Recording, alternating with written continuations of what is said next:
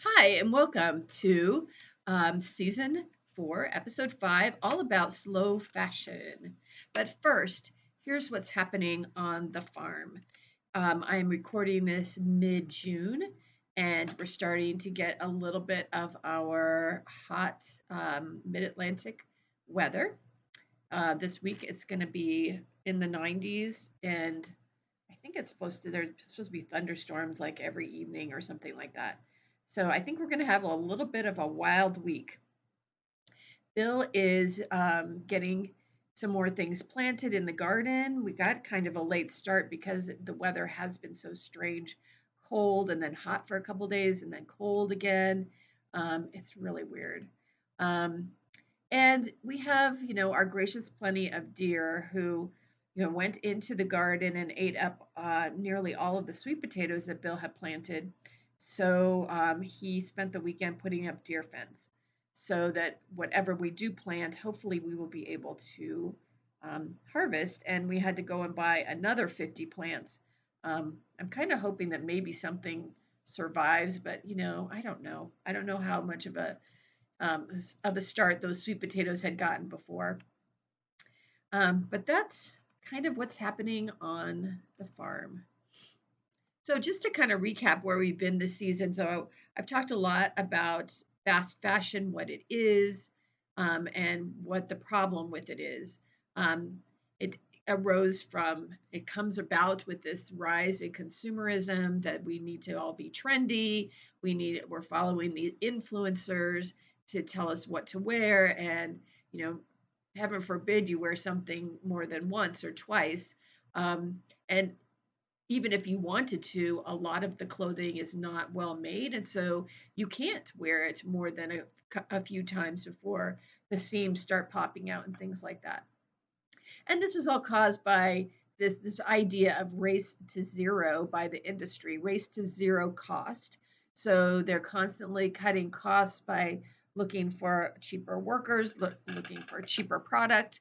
Um, and so that their profit margin is bigger so that they make more money.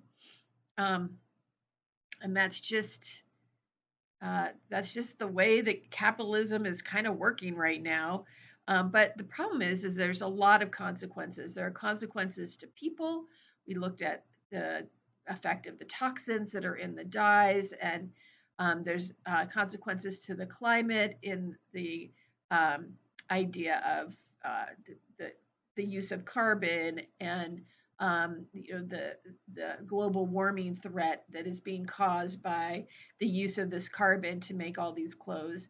It's a threat to the environment because of the trash and because of pollution. And again, it's a, there's a consequence to your own body because of hormone disruptors that are not only in the dyes but also in some of the finishes. The anti wrinkling, anti fire, waterproofing, yada yada, all those kinds of things.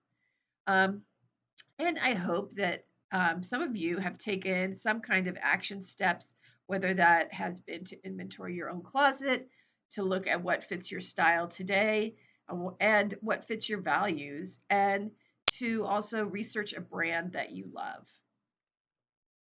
So, slow fashion. We talked about fast fashion. So, the opposite of fast fashion is going to be slow fashion. And it has arisen from the concerns about the planet and about concerns about wage equality, the equal treatment of people in all countries, not only as workers, but also as the end users of these products, and concern about our climate. It started by a lot of people pivoting to buying organic clothes when possible. But then people started looking at the idea of, well, anything of these organic, sustainable fibers are going to be grown on a farm somewhere. So just like the term slow food means farm to table, slow fashion is coming to mean farm to needles or farm to closet or farm to clothing. And as a fiber farmer, I've been working on this for a couple of years now. And but the whole time, the whole 17 years that I've been a fiber farmer, I've been working to grow fiber in the most humane way and the most sustainable way possible. Um, and I've really been working to make my fibers into roving and into yarn in a way that's as local as possible. And that's mostly because it's important to me to have a relationship with the people who are touching all aspects of my yarn, because there is a synergy between the person who is coming to shear my animals, me, who's the one is designing the yarn, and then into the mill where they're actually cleaning it and spinning it and making it into yarn. So it needs to be a conversation between all these parties in order to get a really good product. And I've worked really hard over the years to make really nice farm yarn. And if you have looked at my farm yarn, you know that that is true. I have some really nice farm yarn. Um, just in the last, I want to say like 4 years, the term Fibershed came about, the Fibershed movement. And it came about because Rebecca Burgess in California has written the book Fibershed. She was doing research on the textile industry, and she wanted to make a wardrobe that was 100% local to her. And so it became a project for her to see if she could do that. And now it has grown into affiliates all over the world, a lot of like minded people who want the same kind of thing. She used the term shed, like for fiber shed, in the same way you would a watershed.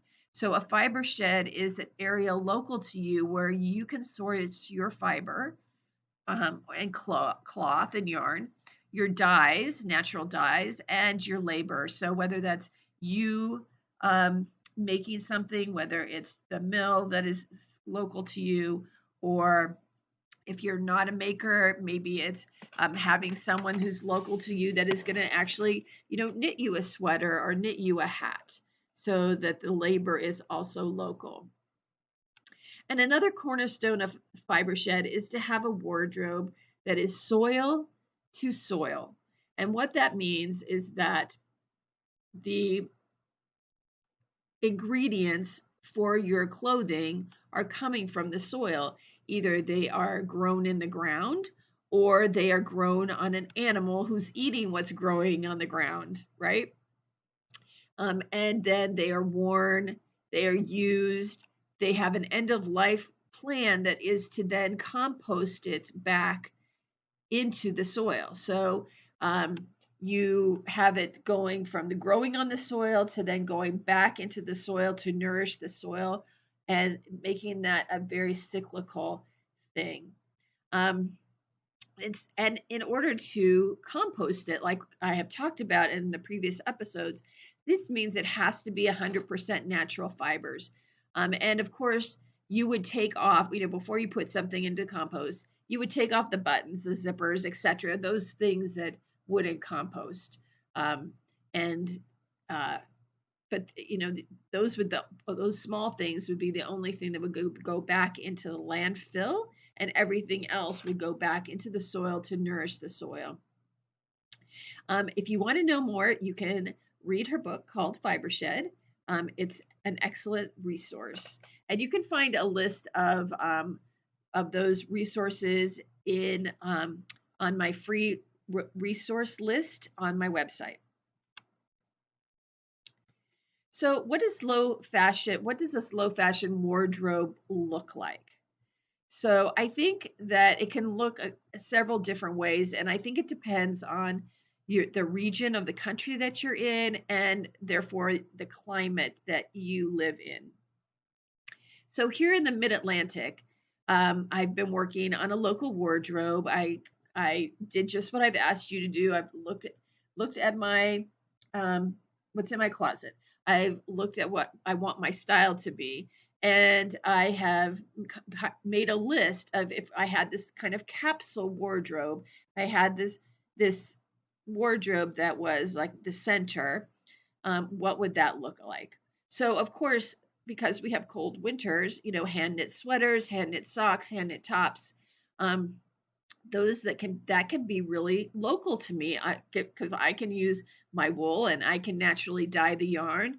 Or for instance, the sweater that I'm making right now is with naturally colored wool. It came off the sheep that way. And I can even hand spin the yarn, so it is totally local. What I can't make and can't really buy is any local cotton or linen at this time.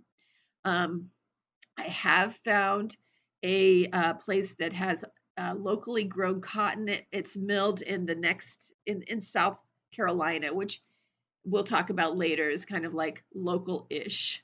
Um, but for those items that I can't make locally, that I'm working to either buy or sew things that are cotton or linen, like shirts and skirts and pants. And I'm working for those to be organic if possible. And I'm making sure that they are all natural fibers. So when we'll say 100% linen or 100% cotton. As I talked about in the last episode when we're talking about brands, I did buy a couple of those wool and um, dresses, which I really love. And they're 75% wool and 25% nylon. But again, it's like, well, it's going to be, natural-ish because I do like it. The weave structure, I think they're actually knit, is very light, and you can wear it in the summertime here. So again, making those choices for, based on where you are in the countries and therefore your climate, based on your values, and based on the availability and your style.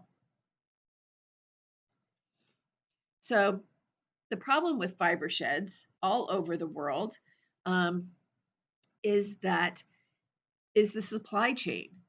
And as I've talked about previously in a previous episode, the US simply doesn't have the amount of textile manufacturing that it used to have.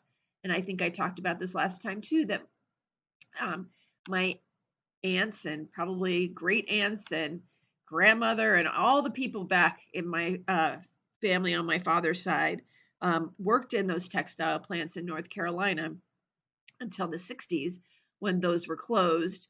And then they shifted over into doing the sewing type of work and into the 70s until that also closed. So, um, one of the problems that the affiliates and of Fibershed and Fibershed itself is looking into is how to grow back these local, regional supply textile ecosystems, basically. And it's going to take some time. There are small mom and pop mills that are starting up, and they can handle some of what we need, but there's still significant holes in the supply chain.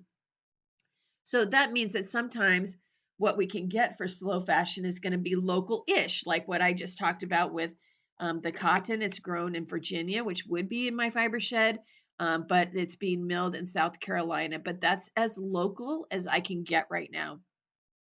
The mill that has the combing skill that I need for my fine wools is in Michigan. That's as local as I can get at this time. The point is to be mindful about your textile choices, to be as local as you can, and to be as climate beneficial as you can. And, it's also, we need to be thinking about the practicality of all of this too. To go completely into a local wardrobe is pretty overwhelming. It is for me, and I've been thinking and working towards this for some time now. And I have the raw material available to me. It's all around me. And still, it's very overwhelming. And I believe that the way to do this is to slowly change our wardrobes in a mindful way. First of all, to make sure that when you're buying a garment, that you're buying quality, that you're going for something that is all natural fiber items that are going to last for years, going for that classic style, the classic blazer, the cashmere sweater that's in a neutral color that isn't necessarily trendy, but it can become more on trend with a scarf or some accessories that are not going to be as problematic as plastic made clothes. Or for instance, buying linen pants or linen skirts for the summertime. Again, that can last for years because that fiber is so strong that with linen, it only gets better over time. It softens up over time. It becomes a lot more comfortable over time. Um, and you add to these items over time. You're not looking to to just totally toss out everything you have and start completely over. It's about, making mindful choices to change over your wardrobe. At least that's the way I'm going about it. And then start to look those items that aren't going to be local to us, um, like the cotton and the linen. Then looking for organic clothing that fits your style and your climate, and make a purchase here or there. And again, those pieces will stand the test of time. And I had forgotten about this. I didn't even think about talking about this as well, but I found 100% linen sheets that are fantastic. Um, yeah, at first they were not, I wouldn't say they were scratchy. They're crisp. They're crisp. As you wash them, then they become more and more comfortable with them. Um, and I did get those sheets from a company called Parachute. They do have elastic on the fitted sheets, but again, once if you were going to then compost that, you would just take the elastic part out, and the rest of the sheet could be then composted when it is too worn out to use anymore. And so I'm not just talking to makers. I think as a non-maker, you can also be part of the Fibershed movement. Like I said, you can be buying mindfully from companies that are um, selling organic, 100% natural clothing. If you are a maker, people who sew and knit and crochet and weave, then you can make your own garments with those textiles. Um, but if you can't, you can partner with other makers. And that's part of what your local Fibershed can help with, is to be able to pair up makers and producers, um, and pairing up makers and consumers of those items as well. So it's about um, building up this local regional textile economy where we are all part of a community working towards the same thing, which is to have climate beneficial clothing that is good for the earth and good for our bodies, and is also based on equity of everyone as far as wage equality and that kind of thing. So here is my call to action for you, and this could be um, whether you are a maker or a non-maker. And what I'm going to ask you to do is to commit to one local garment. You can ask your favorite fiber farms about local fibers that are locally dyed or naturally colored yarns that you could make a garment out of. Start small. Make a hat, make a pair of socks, make just one garment. That's where it all begins.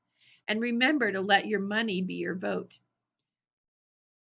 I've talked about how your money can be your vote with big industry, letting them know, I don't want to buy plastic clothes. I want to buy, organic, 100% natural. So that's, they will start pivoting that direction.